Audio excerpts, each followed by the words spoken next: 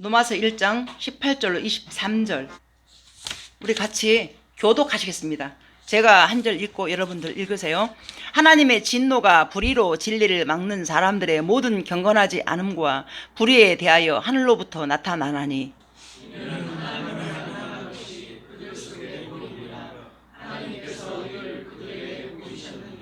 장세로부터 그의 보이지 아니하는 것들 곧 그의 영원하신 능력과 신성이 그가 만드신 만물에 분명히 보여 알려졌나니 그러므로 그들이 핑계하지 못할지니라.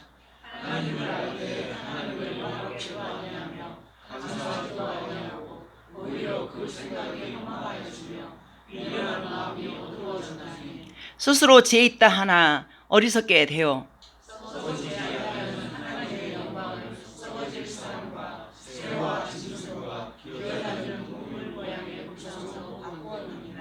아멘, 아멘. 할렐루야. 오늘 반갑습니다. 자, 그래서 오늘은 이제 죄의 속성인데요. 죄가 지난주에 죄에 대한 하나님의 대응이 지옥을 만들었다 했잖아요. 근데 지옥이 우리 택한 백성들을 미워해서 지옥을 만든 게 아니라 그 깊은 뜻 안에 사랑이 있었다고 말씀드렸잖아요. 천국으로 분명히 우리 택한 백성들을 보내야 돼. 근데 죄의 씨앗이 요만큼이라도 있는 사람이 천국 가잖아요. 그 천국이 지옥 되는 거예요. 그래서 지옥을 만들어서 완전히 분리를 시켜가지고 택한 백성 분명히 천국 보내고 이 죄가 있는 사람은 지옥으로 보내고. 자, 그런데 이게 무조건 하나님께서 너 지옥 가, 너 천국 가 이것이 아니라 길을 딱 하나 제시했잖아요. 예수님의 이름, 예수님 십자가의 능력 때문에 그 예수님을 믿고 천국 가는 길이 제시돼 있어요. 그런데 우리 안의 속성은 하나님 나라 가는 그 순간까지 죄와 피를 싸우는 거예요. 이 싸움이 계속 벌어져요. 그래서 이 죄가 뭐냐? 반역성이 있다는 거예요. 이 반역성이 그래서 어떻게 해요? 18절에 보면은 진리가 불의를 막아야 되는데 불의가 진리를 막고 있는 거야. 불의가 진리를 막고 있는 상황이 돼버린 거예요. 근데 이 불의가 진리를 막으니까 어떻게 돼요? 질서가 파괴된 거잖아요. 그래서 원래 그 에덴이 창조됐을 때는 하나님 나라라는 가치가 분명하게 그 안에 있기 때문에 이건 뭐 질서가 상관이 없이 그냥 모두가 다 누리는. 근데 죄가 들어오는 바람에 이게 사람이 가지 말아야 될 하나님의 자리에 이 사람이 올라가 버린 거예요. 근데 질서가 깨졌어요. 그러니까 그 질서가 깨졌기 때문에 어떻게 해요? 계속해서 하나님을 밀어내는 자리에 있는 거예요. 이게 반역성, 죄의 반역성이라는 거. 이게 이 반역성이 우리 안에서 끊임없이 계속 올라와. 계속 우리를 갖다가 사망으로 계속 이끌어 가요. 근데 하나님은 우리를 갖다가 사망으로 이끌어가는 사단의 머리통을 부셨잖아요.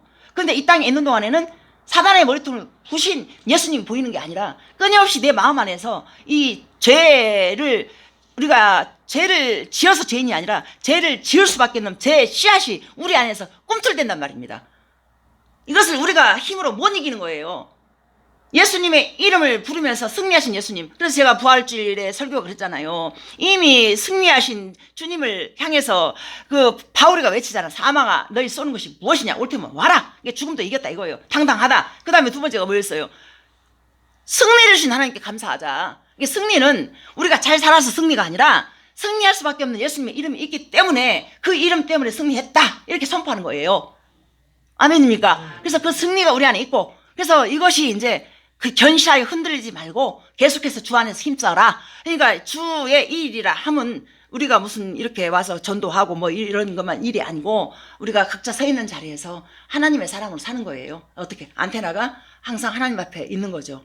그렇게 이제 삶의 자리에서 최선을 다하는 게 주의 일이다. 자, 그런데 이게 마지막에 그랬잖아요. 이것이 모든 힘든 어려운 삶들이 주 안에서 헛되지 않다. 주 안에서 헛되지 않다. 이게 우리의 삶 인생이 주 안에 있다라는 그것이 얼마나 감사한지 몰라요. 아멘이에요. 그래서 우리를 주 안에 우리를 가둬놨어 하나님께서. 그래서 믿음의 결국은 영혼관에 믿느니라 거기까지 갖다 놨단 말입니다. 우리 운명입니다. 그래서 우리가 이제 우리 가지고 있는 모든 것 생명까지도 내 것이 아니라 하나님의 것이다. 그 고백을 하며 살아가는 것이 바로 믿음이라는 것입니다. 이것이 지혜입니다.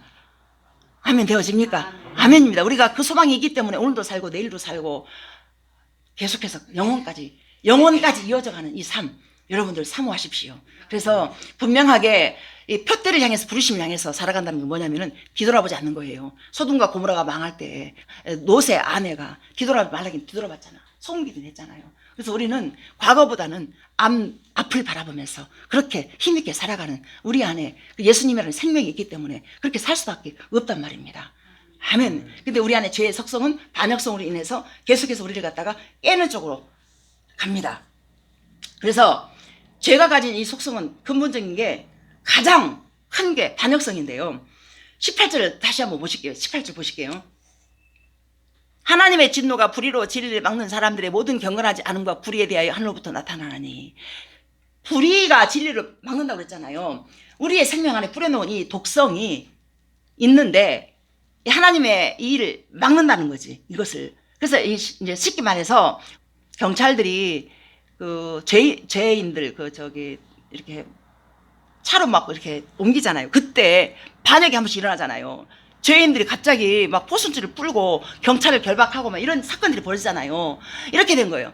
이 경찰이 죄인들을 끌고 가야 되는데 이 죄인이 갑자기 그냥 돌변해가지고 경찰을 제압해가지고 끌고 가는 이제 그렇게 이제 반역성을 갖다가 제가 쉽게 지금 설명한 거예요. 이제 그런 이제 꼴이 난 거예요. 하나님 앞에서 그렇게 죄가 하나님의 일을 불의로 진리를 막는다는 거죠.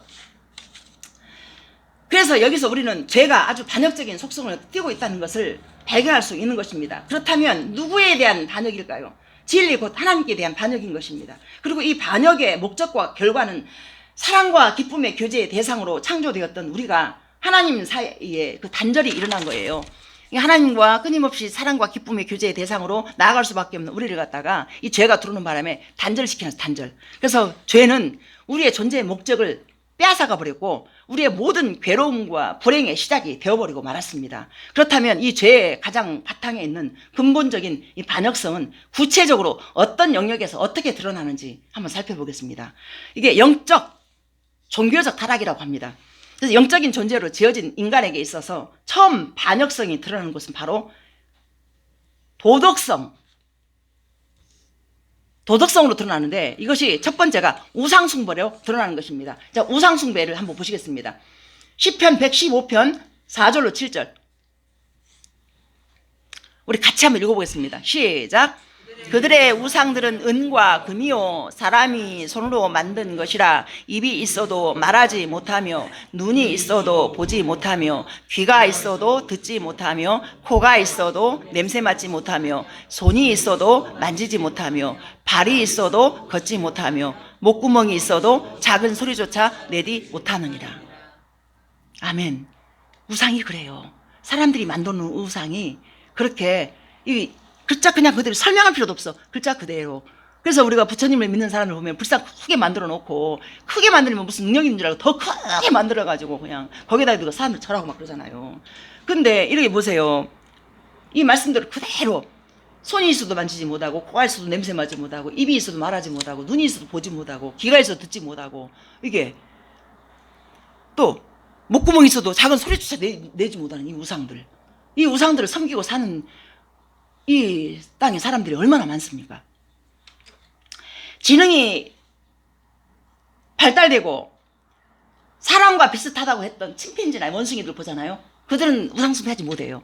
그런데 아무리 미개한 나라에 살고 거기에 무슨 문명이 발달지 않았다 해도 거기 가잖아요. 신들이 다 있어요. 신들이 다 있어. 거기 가면 무슨 신들이 만들어가지고 거기다 절하고 빌고 하는 그게 다 있습니다. 어느 나라를 가든지. 그 이유는 무엇일까요? 하나님은 인간을 동물과 다르게 영적인 존재로 창조하셨기 때문입니다. 영적인 존재 안에는 아주 중요한 특성이 있는데 전도서 3장 11절에 보면은 영혼을 사모하는 마음을 하나님께서 주셨고 이거를 갖다가 다른 말로 표현하면은 정교심이라고 합니다. 정교심. 그러니까 우리가 이제 하나님을 믿지 않으면 그 어떤 것을 쫓아갈 수밖에 없는 영혼을 사모하는 종교심을 가질 수밖에 없는 마음이 우리 안에 다 있어요. 누구든지. 그래서 그 마음이 열심히 특심인 사람은 이게 위험한 게 뭐냐면 이게 제가 늘 말씀드리는 게 진리의 말씀, 기도를 제가 늘 강조하잖아요. 이 진리의 말씀과 기도가 있어야만이 우리를 바르게 진리로 이끌어 간다고. 제가 처음에 은혜 받고 나서 지금도 감사한 것은 뭐냐면 하나님이 저한테 말씀으로 다가오셨어요. 말씀을 주셨어요. 제가 어떤 말씀인지 모르는데 말씀을 딱 넣어주시고 여기 읽어봐라 저거 읽어봐라 막 이러니까 늘 아무것도 모르는데 말씀만 봤어요. 기도를 가지 않았어요. 그래서 그 말씀 때문에 그게 분별력이 생기는 거예요. 그런데 이제 우리 그 신천지 빠졌잖아요. 그 양반도 굉장히 열심히 특심했어. 새벽기도 열심히 나가고. 그러니까 기도만 열심히 하잖아요. 분별력이 없다 보니까 빠져버린 거예요. 신천지에 가서 이 사람들 진짜 젊은 애 똑똑한 사람 많이 빠졌어요. 거기에 종교성이나 이런 이 안에서 뭔가를 갖다가 이 안에 채워야 되는 그게 분명히 있습니다. 그것에 대해서 파스칼은 뭐라고 하냐면은 인간의 마음은 오직 창조주 하나님에 의해서만 채워질 수 있는 예수 그리스도에 의해서 계시된 하나님의 형상을 한 빈 공간이 우리 안에 있다라는 거예요. 그래서 우리는 다른 것으로 못 채우는 거예요.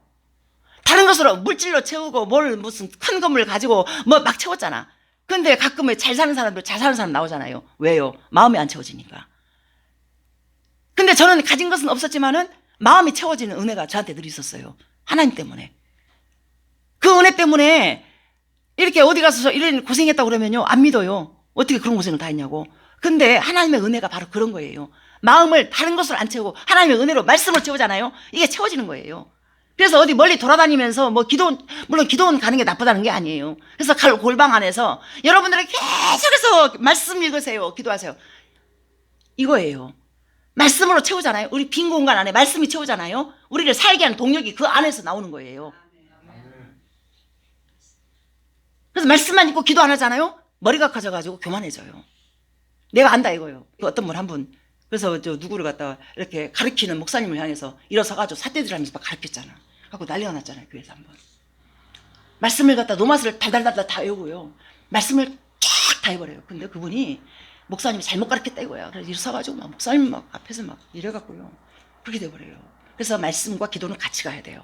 그래야 우리 안에 하나님은 겸손한 왕으로 오셔서 겸손이지 절대로 은혜를 제대로 받으면 이게 겸손해서 사랑이 나와서 사람을 살리는 것이지 교만한 영이 임해버리면은 양심 역사 해가지고 사람 죽여버려요. 죽이고 멸망시키는 파괴시키는 그 자리에 가 있는 것입니다. 그래서 우리 인간의 영혼 안에는 끝없는 목마름이 존재합니다. 무언가를 간절히 사모하고 그것을 추구하는 이 목마름은 사실 하나님을 마음과 뜻과 정성을 다해서 사랑하도록 주신 기능인 것입니다. 이 기능을 여러분들이 바르게 안다라면 말씀 앞에 있을 수밖에 없는 거예요. 말씀을 바빠서 못 읽는다. 기도도 바빠서 못 한다. 이거는 안 됩니다. 항상 중심축이 말씀과 기도라는 중심축이 딱 중심에 못 박아서 그래서 예배의 기둥과 함께 같이 가잖아요. 그러면 우리는 절대로 우리 안에 목마름 없어요. 다 채워집니다. 돈이 없어도 괜찮아요.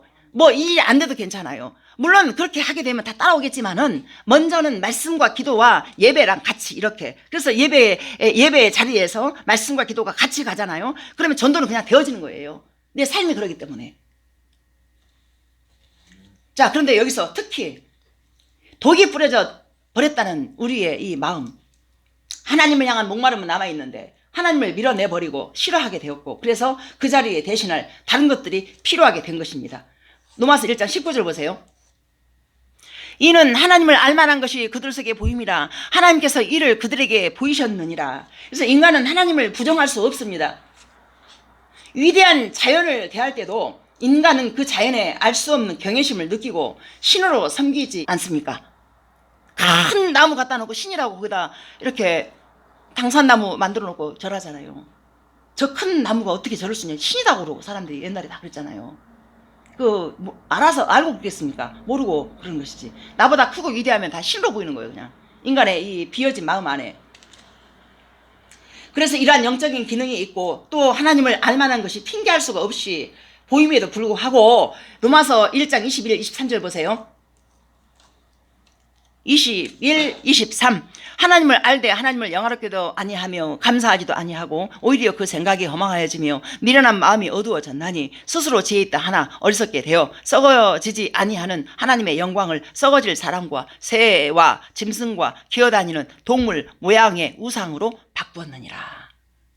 이게 바울시대 이 2000년 전에 이야기예요. 이게 이렇게 해서 하나님으로 채워야 할 그 마음에 하나님을 밀어내버리고 그 자리에 다른 것으로 채운다는 거예요.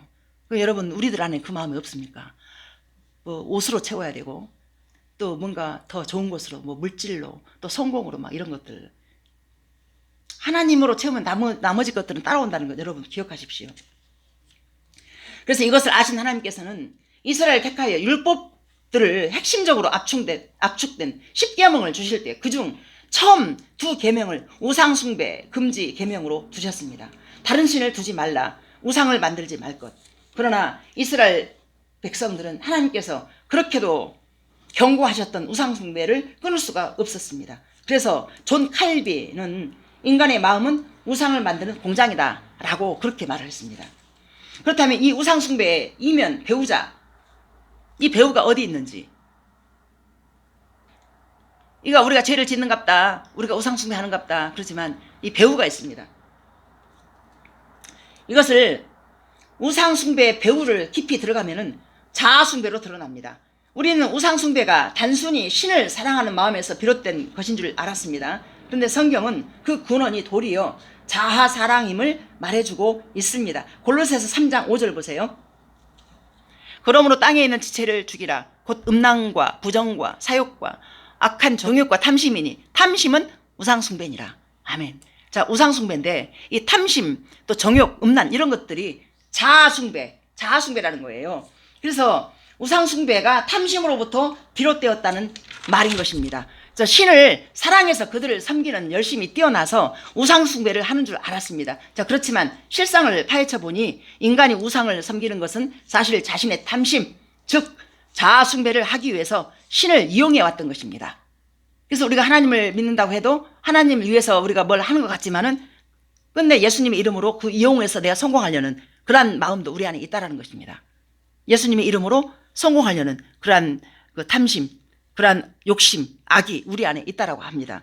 그래서 나 하면서 나를 섬기기 위해서, 그런 나를 사랑하기 위해서 하는 우상 숭배를 돌이켜보면 이 땅에 존재했던 수많은 신들 중에서 인간에게 필요 없는 신은 아무것도 없었습니다.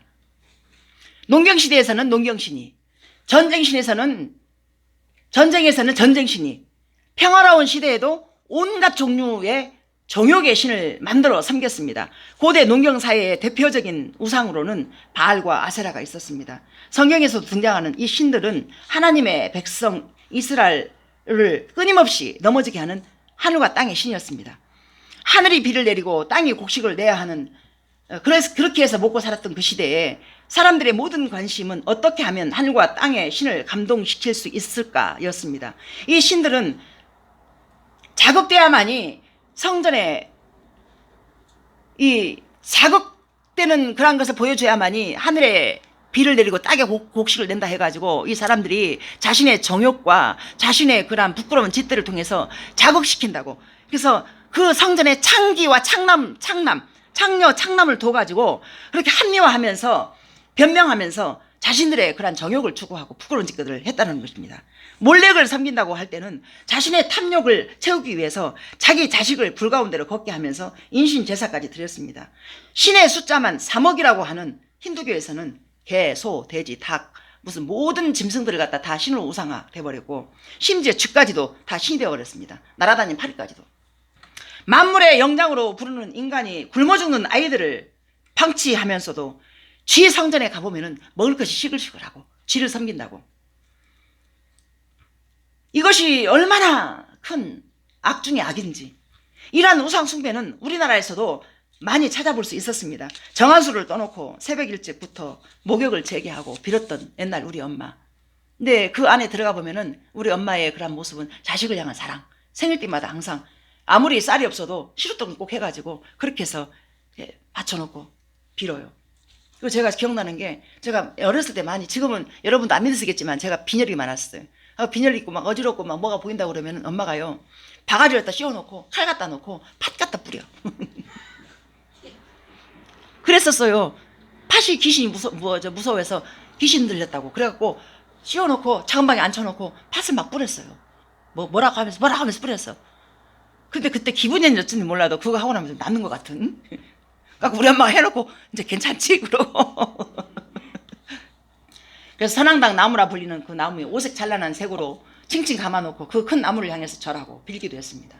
석가탄신일에 가까우면은 줄에 빼곡하게 매달려 있는 그 절까지 이어지는 그 등불 연등에다가 그 소원 이렇게 적어서 달아놓잖아요. 그러면은 소원이 이루어지냐고요. 우리 이모 수십 년을 60평생 불자로 살았어요. 보살님까지. 완전히 열심히 특심이었어. 근데 그분이 어쩌다가 이제 서울로 올라와서 저를 통해서 예수님 만났거든요. 근데 이분이 예수님 믿자마자 기도 제목들이 다 들어졌어. 그러면서 이분이 이렇게 말을 했어. 부처님한테 그렇게 수천 번을 절하고 아침마다 새벽마다 정한수 떠놓고 절하고 그렇게 해서 막 108배를 하고 막 3000배를 하고 했는데 무릎만 닦아지고 들어진 것은 한 개도 없었다고. 진짜로. 진짜로. 지금 우리 이모 지금 완전히 저기 예수님 믿는 꼴통 됐잖아요. 그 대장암, 췌장암 걸려가지고 재작년 벌써 2년 다 돼가네. 그때 바로 돌아갈 줄 알았는데 믿음이 할렐루 맨날 전화하면 몸이 아프고 상황이 힘든데 할렐루야 나는 주님 때문에 살아. 조카 목사님 주님 때문에 살아. 그리고 좀 이상 있으면 나는 목사님이 기도하면 나서 목사님 기도해줘. 엊그저께도 갑자기 배 아프다 전화 왔어. 기도해달라고. 우리 송 집사 있는데 공장에 그때 바빠 죽겠는데 아프다가 아니고 어떻게 아니 그 양반 믿음이 그래 믿음이 그래. 근데 기도하지 않고 나서버려요. 그 다음날 전화했더니 암시랑한테요. 난 병원 가보라고 했더니 아유 기도했는데 내가 병원에 왜 가냐고 이모가 그랬어요. 그 다음날 배가 막 쑤시고 그랬는데 다 나섰대요. 그 우리 이모가 그런 체험을 저 때문에 많이 했어요. 그래갖고 조카 목사님 기도하면 다 나서니까 나 죽고 나도 우리 명환이 보안이 효영이 위해서 항상 기도해주고 나 목사님한테 맡기고 나 하는 말 할 거라고. 기도는 무조건 해야 된다고 나한테. 이모가 그 믿음이 있어. 그래서 이렇게 우상숭배가 이렇게 허망하다는 것. 그래서 수십 년을 믿어봤지만은 응답이 없었다는 것. 자, 그렇다면 21세기를 살아가는 우리에게는 어떤 모습으로 드러날까요? 이것을 한마디로 정의하면은 현대판 우상이라고 합니다. 인정의 우상, 명예의 우상, 성공의 우상, 평판의 우상, 학벌의 우상, 또 지위의 우상, 돈의 우상, 권력의 우상, 쾌락의 우상, 관계의 우상, 성의 우상 등 이 모든 것들을 압축해서 말하면 육신의 정욕, 안목의 정욕, 이생의 자랑이라고 할 수 있겠습니다. 이것은 마음과 뜻과 정성을 다해서 하나님을 사랑하기보다 눈에 보여지는 그 어떤 것들을 쫓아가고 사랑하는 그 모든 것이 현대판 우상이라고 할 수 있겠습니다. 그러나 명심하십시오. 이 모든 것들이 다 채워진다 해도 자 지금 현재 막 명예, 돈, 부, 뭐 다 채워졌어. 자 그런데 다 채워졌는데 하나님이 없잖아요. 공허한 거예요. 사람의 원함들이 다 채워졌어. 다 이루어졌어. 하나님이 없잖아요. 안 채워진 거예요. 그런데 이런 것들이 다 없어. 하나님만 채워져. 다 채워진 거예요. 하나님이 그랬거든요, 저한테. 진짜 빚밖에 없는 상황에서 신학을 하라고 그러는데 갈 수가 없어요. 그런데 하나님께서 네가 아무것도 가지지 않았지만 너 나 가졌잖아. 그 모든 거 다 가진 거야. 저한테 그게 실제였거든요. 진짜 아무것도 없었어요. 한 걸음 한 걸음. 첫 번째 포문을 연 게 저 동생이 막 울면서 전화 와가지고 하나님이 언니 도우라겠다고. 그래가지고 그때 돈 이렇게 들어오고 모르는 사람들이 주고 저는 눈물밖에 안 흘렸어. 본당에 가서 눈물밖에 안 흘렸어. 한 번은 등록금이 안 돼가지고 제가 금식을 3일 하면서 장문의 문자를 보내놨어 저한테. 그랬는데 동생이 그거를 핸드폰을 갖다가 이제 저는 솔직하게 항상 도와주기 때문에 쟤한테 너 돈을 줘 그게 아니라 기도하기 때문에 장문의 문자를 보냈어. 이렇게 금식하고 있다. 이 등록금이 되어졌는데 이번에 안 됐다. 그랬는데 그 문자를 우리 장모님이 봐버린 거예요. 그러고는 장모님한테 돈이 또 들어왔어요. 그래서 돈이 해결됐어요. 전 장모님을 겨냥하고 보낸 건 아니었는데 왜 남의 핸드폰을 봐가지고 돈을 뺏겨. 그런 식으로 제가 학교를 다녔어요. 하나도 없었는데. 그러니까 하나님을 가지면 모든 걸 다 가졌다 그 말입니다. 하나님밖에 없었어요. 이번 주에 집이 팔렸습니다. 근데 집을 팔리고 이사 가려고 그러면은 집이 정 떨어지잖아.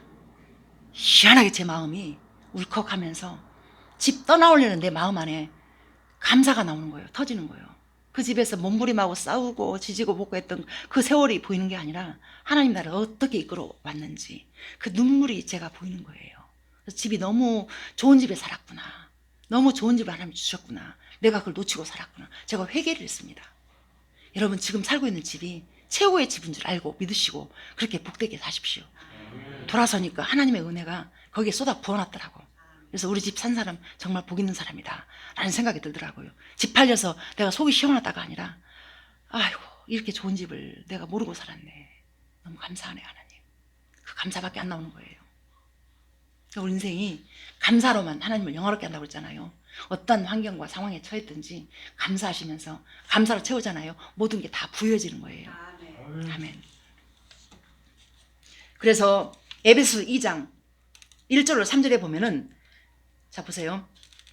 자 먼저 제가 우상 숭배가 자아 숭배로 더 깊게 가보니까 그 배후가 사단 숭배로 숨겨져 있는 것을 보게 됩니다. 에베소 2장 1절로 3절 보세요. 그는 허물과 죄로 죽었던 너희를 살리셨도다. 그때 너희는 그 가운데서 행하여 이 세상 풍조를 따르고 공중의 권세 잡은 자를 따랐으니 곧 지금 불순종의 아들들 가운데서 역사하는 영이라. 전에는 우리도 다 그 가운데서 우리 육체의 욕심을 따라 지내며 육체와 마음에 원하는 것을 하여 다른 이들과 같이 본질상 진노의 자녀였더니. 아멘.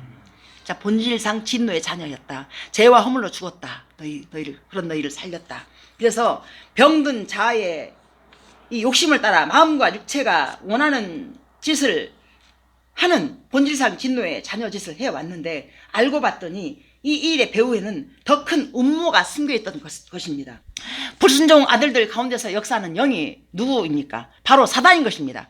우리의 자아를 부추겨서 죄를 짓게 하는 것이 공중의 권세 잡은 자라고 표현된 사단이라는 것입니다. 우리가 죄를 짓는 것 같지만은 죄를 짓게 하는 그 음모가 우리 안에서 사단이가 우리를 조종한다는 거예요. 근데 이 조종을 당하지 않기 위해서는 말씀에 붙들려야만 조종을 당하지 않는다 그 말입니다.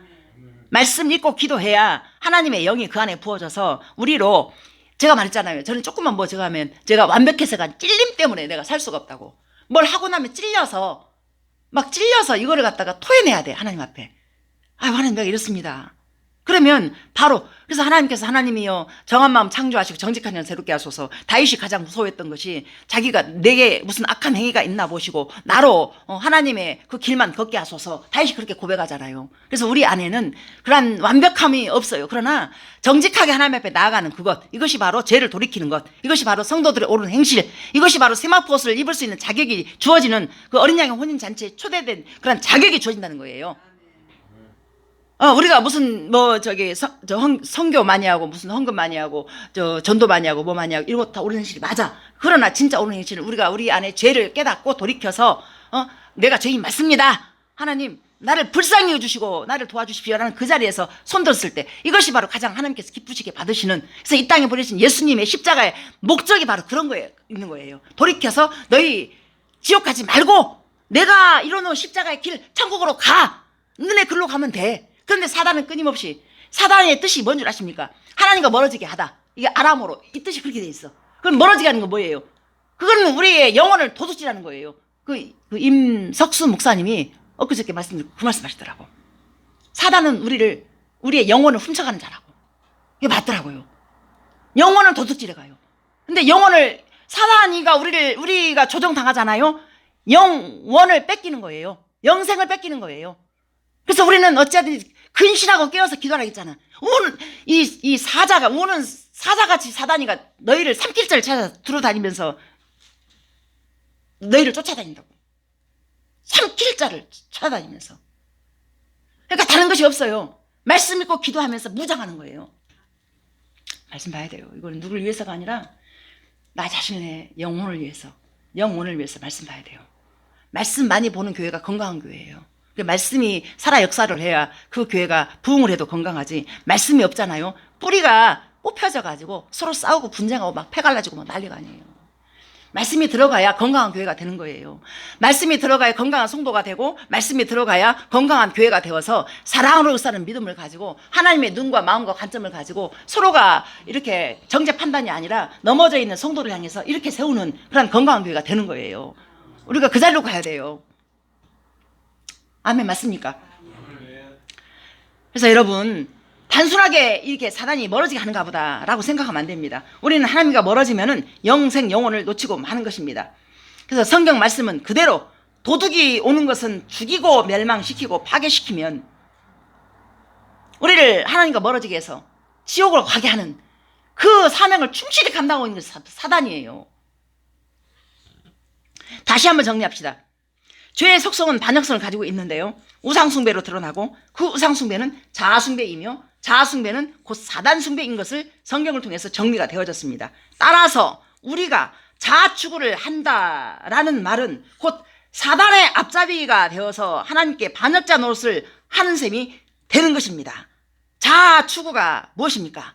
내가 돋보여야 되고, 내가 더 이뻐야 되고, 내가 더 잘나야 되고, 내가 더 위에 올라가야 되고, 내가 뭔가 좀 계속해서 뭔가 좀 그 관심받는 그러한 자리를 추구하는 그것. 나. 모든 게 철저하게 나 중심으로 살아간다는 거예요. 자아 추구가. 자, 그렇다면 더 나아가 죄와 사단의 관계를 더 알아보도록 하겠습니다. 요한일서 3장 4절로 5절 8절까지 5절 8절 죄를 짓는 자마다 불법을 행하니 죄는 불법이라 그가 우리 죄를 없애려고 나타나신 것을 너희가 아나니 그에게는 죄가 없느니라. 8절 죄를 짓는 자마다 마귀에게 속하나니 마귀는 처음부터 범죄함이라 하나님의 아들이 나타나신 것은 마귀의 일을 멸하러 하심이라. 아멘. 자, 하나님의 아들이 이 땅에 나타나신 목적이 우리의 죄와 또 우리의 모든 병과 질고 모든 걸 위해서 십자가에 죽으셨잖아요. 자, 근데 뭐라고 그래요? 마귀의 일을 멸하러 왔다고 하잖아요. 그죠? 그러면 죄와 사단과 이런 것들이 결탁되어 있는 거잖아요. 자, 죄가 반역성이 있어요, 분명히. 근데 이 반역성을 따라가 보니까 우상숭배로, 자아숭배로, 그 다음에 사단숭배로. 그래서 우리가 하나님의 진리와 말씀이 제대로 정리가 되지 않으면 그렇게 나도 모르게 우상숭배자가 되어버리는 것이고, 나도 모르게 그렇게 자아숭배자가 되어버리는 것이고, 나도 모르게 사단숭배자가 되어버리는 거예요. 그냥 단순하게 죄를 졌기 때문에 하나님과 멀어졌다, 이것이 아니라 영원과 영생을 놓쳐버리면, 자, 우리가 모든 걸 다 얻었는데 영생 생명 놓쳐버리잖아요. 그냥 꽝인 거예요, 인생이. 아무것도 가지지 않았어도 영생 갖고 예수님 이름 우리 안에 있잖아요. 모든 걸 다 가진 거예요. 자, 이거 하나면 우리가 감사밖에 없는 거예요. 우리 집에서 제가 24년 살았더라고. 내가 예수님 때문에 웃기도 많이 울었지만은 그 속에서 얼마나 속 썩고 속 끓이고 막 몸부림하고 거기에서 막 그냥 울고불고 통곡했는데 어떻게 감사밖에 안 떠오르냐고. 그 집을 떠나온 게 너무 아쉬워서 눈물 나오더라니까. 근데 처음부터 우리 집이 좋다 하고 살았으면 더 행복했을 것을. 떠나려고 하니까 왜 이렇게 좋아, 집이. 자, 그래서 죄의 열매인 반역성을 캐다 보면 그 뿌리가, 그 끝이 사단의 머리가 있다는 것을 알게 되었습니다. 자, 우리가 그토록 즐기고 떠나지 못하는 죄, 그 죄는 단순히 우리 자신의 노력이나 재선으로 절대 해결할 수 없다는 것입니다. 왜냐하면 죄를 짓는 자는 사단에게 속하기 때문입니다. 우리의 지적 동의와 믿음과 상관없이 죄는 사단의 도구인 것입니다. 그렇기 때문에 예수님이 이 땅에 오셔서 죄를 없이 한다는 말은 곧 마귀를 멸한다는 말과 똑같습니다. 요한일서 3장 8절 한번 더 볼게요. 죄를 짓는 자마다 마귀에게 속하나니 마귀는 처음부터 범죄함이라 하나님의 아들이 나타나신 것은 마귀의 일을 멸하러 하심이라. 그래서 십자가에서 죽으신 그 은혜는 사단의 머리통을 부셨다고 했잖아요. 마귀의 일을 멸해버렸잖아요. 그러면 근데 이 땅에 있는 동안은 우리가 사단의 권세 아래 있기 때문에 죄를 지을 수밖에 없는 자리로 가요. 자, 그래서 예를 하나 들어보겠습니다. 자, 어느 한 물고기가 낚시꾼의 찌에 물렸어요. 근데 이 물고기가 찌에 딱 물려가지고 빠져나가려고 하니까 아감에 딱 걸려가지고 빠져나갈 수 없는 거예요. 근데 착한 낚시꾼을 만나면은 왜 손맛만 보고 놓아주는 경우도 있잖아. 근데 대부분이 낚시꾼들은 그걸 갖다 고기를 갖다가 해서 뭐 회를 쳐 먹든지 아니면 매운탕을 해 먹든지 해 먹어요. 자, 그런데 이 낚시꾼에게 잡힌 물고기는 누구 것이 됐어요? 낚시꾼의 것이 됐잖아요. 그러면 그 운명이, 물고기 운명이 누구한테 있어요? 낚시꾼에게 있잖아요. 그렇잖아요. 그래가지고 죽었죠. 자, 그런데 자, 이거를 이제 예를 제가 쉽게 들었지만은 우리가 죄를 짓는 자마다 마귀에게 속했다고 했잖아요. 그럼 우리가 죄를 짓는 자마다 마귀에 속해버리면은 우리의 운명이 어떻게 되겠어요? 마귀의 소굴에 들어가서 마귀 손에서 죽는 거잖아. 근데 우리는 감사한 것은 마귀 손에 들어갔어도 어떻게 돌이켜서 예수님 믿으면 생명으로 나올 수 있다는 거죠. 이 길이 열어졌으니 얼마나 감사하냐고요. 그래서 우리가 이 길을 가야 되지 않겠습니까?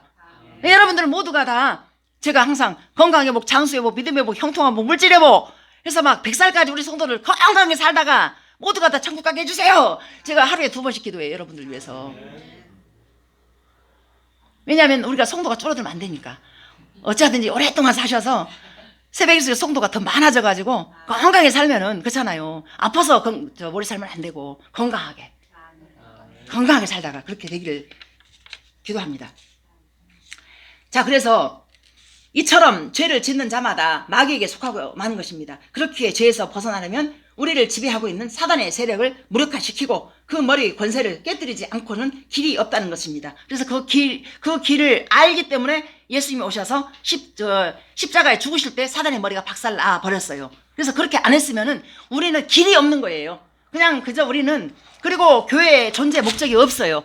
그러한 예수님을 우리가 믿지 않으면 그 교회의 존재 목적이나 모든 것들이 거기에 다 있는 거예요. 십자가의 도라는 그 안에 교회의 존재 목적이 거기에 있는 거예요. 십자가의 도 때문에 우리가 소망을 가지고, 그래서 이 마귀의 세력을 멸하신 사단의 머리통이 깨진 이것이 이 땅에 있는 동안에는 죄의 세력 안에서 살 수밖에 없는 연약함이 있지만은 그 길을 내어주신 예수님을 믿는 믿음으로 살아갈 수 있다, 그 말입니다. 그래서 이제 이것을 또 반역적인 이 죄가 또 우리 일상에서 어떻게 드러나냐면은 도덕적 타락으로 드러납니다. 즉 죄는 영적으로 공허해진 마음에 하나님이 아닌 다른 쾌락과 탐욕들을 우리의 마음 안에 채우기 시작합니다. 하지만 인간은 하나님이 아닌 그 어떤 것으로도, 그 무엇으로도 만족할 수가 없어서 결국에는 모든 것을 타락의 늪속으로 빠져들고 마는 것입니다. 아무리 세련된 사람이라도 피할 수 없는 도덕적 타락, 그중 가장 중요한 영역이 성적 타락입니다.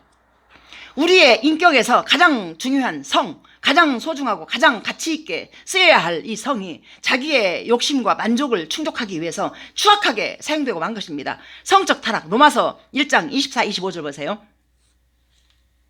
그러므로 하나님께서 그들을 마음의 정욕대로 더러움에 내버려 두사 그들의 몸을 서로 욕되게 하게 하셨으니 이는 그들이 하나님의 진리를 거짓 것으로 바꾸어 피조물을 조물주보다 더 경배하고 섬김이라. 주는 곧 영원히 찬송할 이시로다. 아멘.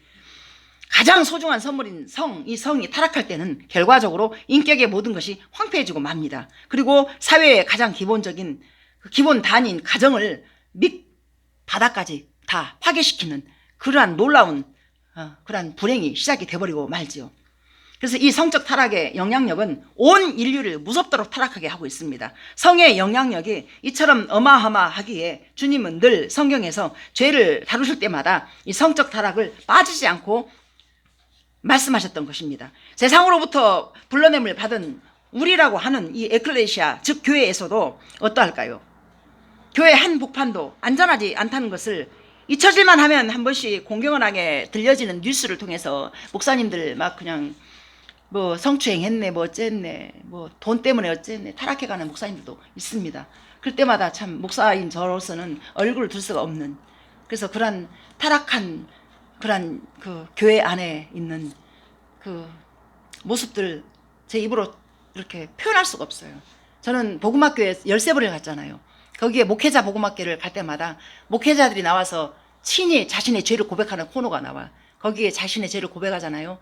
거기에 물론 너나 없이 모든 게 다 죄의 씨앗들이 있기 때문에 그런 죄를 질 수밖에 없지만은 입에서 담을 수 없는 죄악들 말도 못해요. 그래서 목사라고 해서 뭐 거룩하고 완전하고 그것이 아니라는 거예요. 똑같이 너나 없이 모든 사람이 죄를 범하였음에 하나님의 영광에 이르지 못하더니 그 자리에 있기 때문에 모두가 다 그렇다는 것입니다. 로마서 1장 26절 7절 보세요. 이 때문에 하나님께서 그들을 부끄러운 욕심에 내버려 두셨으니 곧 그들의 여자들도 순리대로 쓸 것을 받고 영리로 쓰며 그와 같이 남자들도 순리대로 여자 쓰기를 버리고 서로 향하여 음욕이 불릴 듯하며 남자가 남자와 더불어 부끄러운 일을 행하며 그들의 그릇 때문에 상당한 보응을 그들 자신이 받았느니라. 동성애는 아까도 말씀드렸지만 그 소돔과 고모라가 망할 때 그때도 동성애가 있었고, 그 다음에 지금도 지금 바울의 시대잖아요. 저기 로마서 바울이 쓴 거잖아요. 이때도 동성애가 있었고, 자 오늘날 문명이 발달해서 생겨난 새로운 일이 이건 아니에요.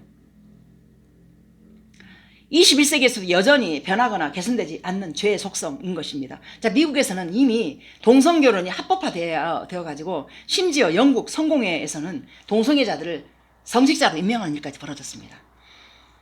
그리고 저 배우 그 윤여정 씨 요새 그 핫하더라고, 뜨겁더라고요. 그 큰아들이가 2000년도에 큰아들이 남자랑 결혼한 거예요. 근데 윤여정이 이것을 인정을 했더라고. 그래서 지금은 그걸 받아들여서 사위라고 하더라고요. 사위를 아들보다 더 사랑한다고 그러더라고요. 그 인터뷰 이렇게 나와 있는데, 이거 이제 이 말씀 기록하다가. 근데 내 마음이 진짜 아프더라고. 저 엄마의 마음은 아들로 살아야 될 저 아들이 남자와 남자와 더불어 이렇게 말씀처럼 하나님의 질서를 깨는 거잖아요. 근데 그런 사람들 얘기 들어보면 그것도 인력으로 안 된다고 그러더라고요. 왜 안 된다 하더라고요. 아니, 남자가 여자를 좋아하고 여자가 남자를 좋아해야지 왜 남자가 남자를 좋아해가지고 그렇게 되냐고. 그 부부로 2000년도에 결혼해서 지금까지 살고 있대요. 그럼 벌써 몇 년째야? 25년이니까. 그래서 그걸 인정하고 뭐라고 커밍아웃? 그걸 해가지고 이렇게 인터뷰를 했더라고요. 거기 홍석천이 엄마가 또 나서가지고 그 마음을 위로해주고 그 아픔을 얼마나 당했는지 그 마음을 안다고 얼마나 힘드냐고 하면서 위로해주고 이러고 있더라고요. 근데 이제 하나님 관점에서는 그게 얼마나 큰 악인지 죄인지. 그리고 요새 그 방송 그 옛날에 그 왕의 남자 막 이런 것들 미화시켜가지고 죄를 부추기는 거죠. 죄를 부추겨. 그래서 결국 우리나라에서도 공경원하게 동성애자들이 함께 모여서 다 알만한 장소에서 떳떳하게 드러내는 것들을 보게 됩니다. 이미 영화 드라마에서도 그렇게 동성애자들을 미화시켜가지고 그렇게 하는 것도 보게 됩니다. 그래서 이것이 이제 그 타락이 사회 규범 타락으로 이어졌습니다. 로마서 1장 28절로 32절 보세요. 또한 그들이 마음에 하나님 두기를 싫어하며 하나님께서 그들을 그 상실한 마음대로 내버려 두사 합당하지 못한 일을 하게 하셨으니 곧 모든 불의, 추악, 탐욕, 악의가 가득한 자요, 시기, 살인, 분쟁, 사기, 악독이 가득한 자요, 수근수근 하는 자요, 비방하는 자요, 하나님께서 미워하시는 자요, 능욕하는 자요, 교만한 자요, 자랑하는 자요, 악을 도모하는 자요, 부모를 거역하는 자요, 우매한 자요, 배역하는 자요, 무정한 자요, 무저배한 자라. 그들이 이 같은 일을 행하는 자는 사형에 해당한다고 하나님께서 정하심을 알고도 자기들만 행할 뿐이 아니라 또한 그런 일을 행하는 자들을 옳다 하느니라. 이게 이제 사회 규범적 타락으로 나만 그렇게 하는 것이 아니라 합리화를 시키려고 다른 사람이 하는 것을 갖다 나도 하니까 너도 너 해? 나도 괜찮아 하면서 서로 옳다 하면서 죄를 부추겨가면서 그렇게 살아간다는 거예요. 특별히 그것이 낙태. 요즘 낙태가 그냥 하루에 4,000명 하루 주공하는 그 아이들이 뱃속에서 빛도 보지 못하고. 근데 그거를 갖다가 이렇게 그 양심에 꺼리낌 없이 그냥 뭐 죄도 했는데 뭐 나도 하지 뭐 서로 옳다 막 이렇게 하면서 이게 사회 규범적 타락이라는 거예요. 그래서 우리가 모자가 들어가면은 가장 그것이 사랑이 이렇게 깊고 크잖아요. 모정이라는 것이. 그래서 모교가 있고 또 모국어라고 그러고 이렇게 하잖아요. 모자를 넣어서. 근데 그 어린 생명들이 그 엄마의 결정에 의해서 진짜 어떤 사람이 아기를 갖고 싶어도 못 가져서 날마다 그냥 힘들어하는 사람이 있었는데 생기는 아기를 갖다 귀한 아기를 갖다 죽이는 그런 일도 우리나라에서 벌어지고 있습니다. 요즘 그것이 합법화가 돼가지고 참 큰일입니다. 그래서 하나님께서 이 죄의 문제는 분명히 간단한 윤리 도덕의 문제가 아닙니다. 거기에는 무서운 영적 음모와 교묘하고 악독한 술수가 간교하게 숨어 있는 것을 또 보게 됩니다. 이 성윤리가 무너지면은 사회에는 진짜 파멸밖에 없습니다. 주님은 이것을 한 줄로 정확히 정의하셨습니다. 요한복음 10장 10절 보세요. 우리 같이 한번 읽어보겠습니다. 시작. 도둑이 오는 것은 도둑질하고 죽이고 멸망시키려는 것뿐이요 내가 온 것은 양으로 생명을 얻게 하고 더 풍성히 얻게 하려는 것이라.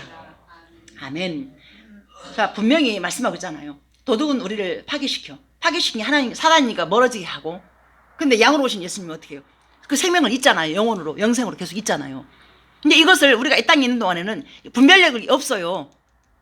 우리가 보여지는 것을 쫓아갈 수밖에 없고 만져지는 것을 쫓아갈 수밖에 없고 이런 이것이 우리 연약한 우리 안에 있기 때문에 말씀과 기도라는 것을 붙잡지 않으면 우리는 그냥 끌려가는 거예요. 내가 죄를 짓는 것인지 아닌지도 모르고 이제 말씀 읽고 기도하잖아요. 그것이 신기하게 우리 안에서 우리를 붙잡아줘요. 이렇게 정확히 붙잡아줘요. 그래서 여러분 말씀 읽는 것에 대해서 생명 걸어야 돼요.